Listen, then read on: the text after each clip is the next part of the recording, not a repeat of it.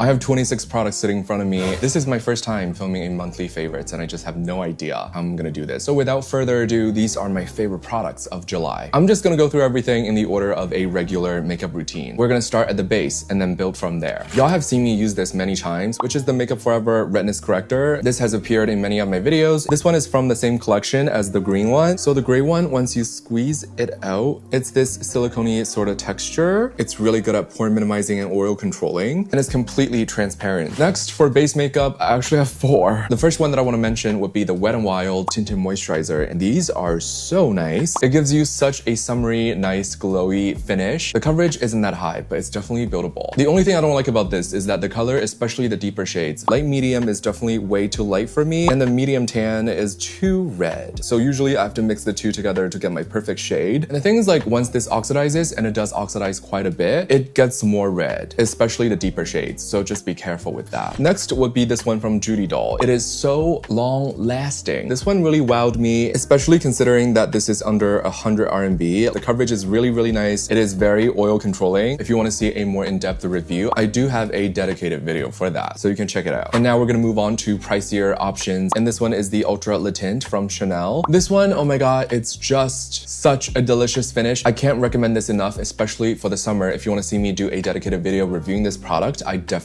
will. I'm not going to talk too much about it. This one, super long lasting. This one is a solid medium to full coverage. It's got this really watery texture. It's really, really thin when you put it on your face. It doesn't feel like you're wearing anything. Moving on would be the Cushion Foundation from Tom Ford. This one was a really, really generous gift from a friend, and I did do a dedicated review on this product. This is actually what I'm wearing today. If you want to know the details, I talked about this product really, really in depth in that video, so go check it out. It is one of the best cushion foundations that I've ever used. It is not as oil controlling as the Chanel or the Judy Doll. And I mean, this packaging, like, it is a full experience right here, okay? Next, I'm gonna move on to eyeshadows, and I have 2 right here. So the first one would be the Natasha Denona Mini Eye Sculpt. I feel like this is just a really nice basic palette for both guys and girls. This one is definitely more warm-toned than the Chanel that I'm gonna be talking about. The thing I love the most about this palette is that it's really small, so it's really easy to carry. A lot of people ask me, they might have facial hair like I do, and sometimes base makeup do get on your facial hair. This black would be really, really nice to fill in your facial hair spots that might be patchy. Remember to use only a little bit and then blend it out so it's gonna look really natural. Otherwise, it's gonna look weird.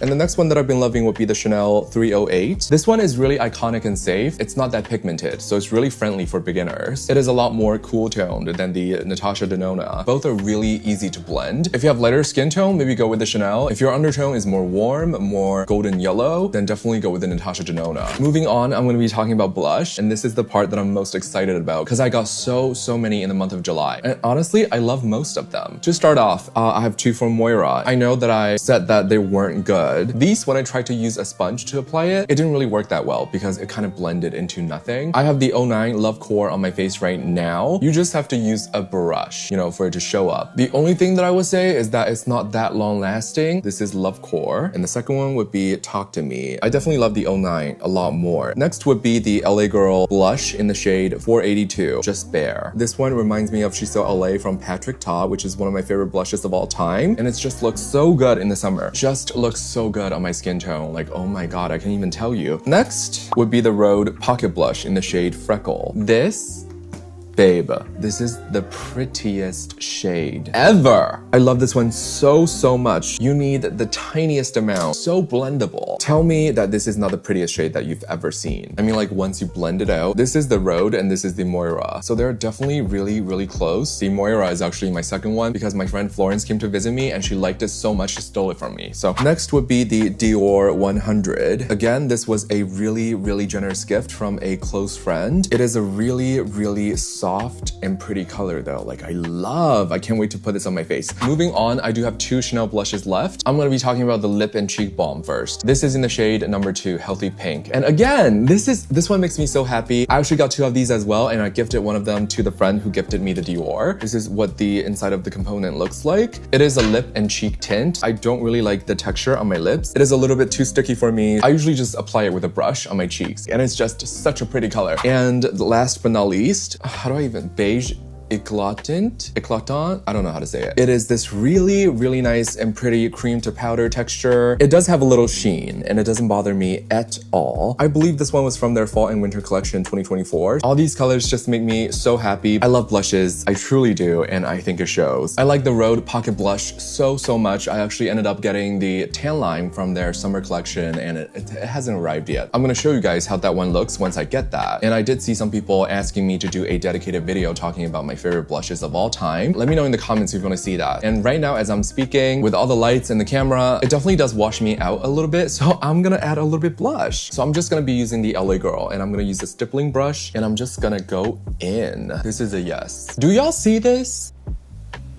So good. So for bronzer, I got a lot this month, and only one of it made it into the final round. And it is the new reformulation of the Chanel Soleil Tan. Everything about it is just so perfect, and nothing compares. I'm gonna buy this over and over again. This one's got 30 grams, so it's gonna last me for like years. I do have a dedicated video reviewing this product. You can check it out if you want to. I have two lipsticks that I want to recommend to you guys, and I'm just gonna remove whatever I have on my lips right now. So the first one would be the Out of Office LP703. This one is a lipstick and a liner 2-in-1. The lip liner shade is a little tiny bit darker than the lipstick. I always prefer having some sort of lip balm on first, and I will just use the lip liner to kind of carve out the bottom of my lips and just a little bit on my Cupid's bow. And then I'm gonna use the lipstick to kind of just like fill in the middle, and then I would just blend it out with my finger. I would tap off the excess.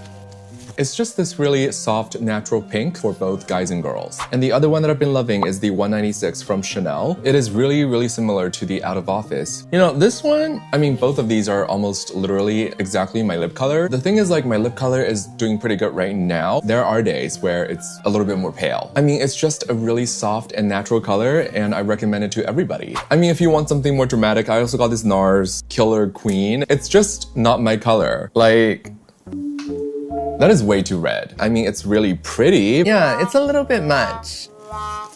This is just not really giving what I wanted to give. So moving on, I have a brow gel from Kosas, and this is their Air Brow. I bought this product twice. The first one came fully dried out, so I had to return it. And the second one was perfect, and this product is so nice. It lengthens and it builds up your brow hair like no other. I actually used it today. I also love the e.l.f. Wow Brow. It basically does the same thing, but I think it's like a quarter of the price. Last but not least, in terms of cosmetics, these three are just the best makeup setting sprays on the market. I love using the Bridal from Scandinavia during the winter and the fall, but during the summer, I definitely prefer the oil control version better. Usually this one is good enough for me, but if I have a really busy day ahead of me, if I'm gonna be out and about, I might do a second layer of the One Size setting spray. This one is gonna make your makeup waterproof. I've gone through bottles and bottles of this. This is hands down the most hardcore setting spray that you're ever gonna find. And I promise you that, The only drawback about the One Size setting spray would be that sometimes I want my setting spray to make my makeup less powdery, you know, take off that makeup-y look, and this one is not gonna do that. If you want something that's gonna make you look more dewy, definitely go with the Scandinavia instead. This one also helps your makeup lock in place, but it's not as long-lasting. It is not as strong as the One Size, but it does melt all of the layers of products on your face together. It gives your skin that skin-like finish back to your face even after all the powder, all the whatever, you know? Next would be the makeup removing wipes from Floris's, aka Huaxizi. I would always prefer a cleansing balm as my makeup remover. It's much less harsh on your face. But you know, sometimes the thing is, if I'm sitting here filming multiple videos in a row, it is so much work to go to the bathroom, go to the sink, and bend down, wash my face, rinse and repeat multiple times. I can't really do that. I've had back surgery, so like bending down multiple times, my back can't really handle that. So makeup removing wipes is definitely the last resort. I've tried many. I either dislike the smell or it leaves a really oily film once I remove the makeup. So this one, they're all individually packed. It only takes one wipe to remove all of my makeup. It doesn't break me out. It doesn't make me feel itchy afterwards. The smell is really pleasant, so I have no complaints. Next would be a really generous gift, and I just can't appreciate this enough. So this one is the really nice cologne from Giorgio Armani. This one does come with a body lotion, and I've been obsessing over this scent. And this one is the Yulong from Giorgio Armani. I mean, the smell is just everything. Definitely my go-to scent at the moment. Actually, I'm just gonna Okay, everything's better. I really love this like case. You're supposed to store your perfume away from the sun, so this is really nice. And the body lotion has the same fragrance as the cologne. I saw some people want to see me do a dedicated video talking about my favorite fragrances, and I'm definitely going to do that if you want to see it, so let me know in the comments. 3 things left. I got some new tools from Immortals. Is that how I say it? Or 木桃. First, I want to talk about their collaboration with Tune Goods. I don't really know what that is. I've never heard of it. But these sponges are so nice. These are mini sponges. Like, look at these. I mean, that's just like everything. And the thing I love the most about these sponges is that it does say on the sponge, like on the little tag here, whether you're supposed to use it dry or wet. For example, this one is supposed to be used wet. For somebody who has so many sponges, this is just part of my collection. I really just can't keep track. So it really does help me out that they specify on the sponge itself. I also got these as well, which is also from Immortals, and these are so nice for under eye concealers. So I got 2 of these mermaid foundation brushes from them. I also got their little mixing palette thingy, which is really nice as well. It's really tiny though. Yeah, this brush, it's paper thin, so it really saves a lot of foundation. It really helps you to get the most thin layer of product on your face. I think I've been talking for the past like 6 hours. I was filming other videos before this. I really gotta go. I hope you like this video. These have been my favorite products in the month of July. Let me know if you like videos like this so I know if I should keep making them in the future. Alright, my name is Diego. Thank you so much for watching this video. Please don't forget to subscribe and like this video. Thank you so much for watching till the end. I'm gonna see you next time. Bye bye.